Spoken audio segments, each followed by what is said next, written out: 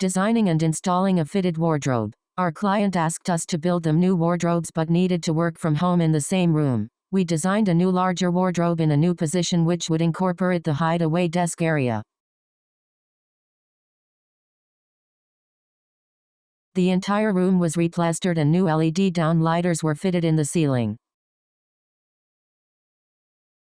We removed the radiator and installed a new more powerful one further from the office chair position. Mirror doors were used to give the feeling of more light and space. 4 doors were used so that when they are fully open it would create a wider opening for a larger desk area. We installed an LED track light behind the pelmet over the desk and cut in 3 cable tidies to hide the power leads neatly. The fixed shelf was for the client's computer monitors and the larger removable shelf was for her keyboard and mouse and any notebooks.